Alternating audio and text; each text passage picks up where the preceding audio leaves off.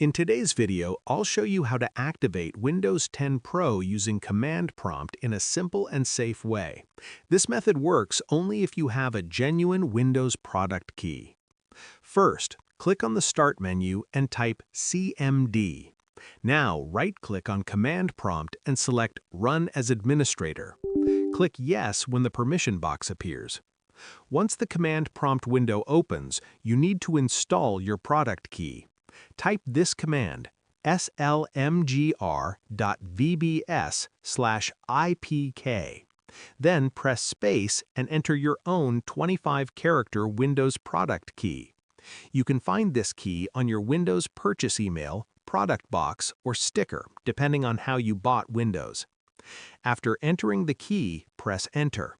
You should see a message saying the product key was installed successfully. Next, to activate Windows Online, type this command, slmgr.vbs/ato. Press Enter again. Windows will now connect to Microsoft servers and complete the activation process.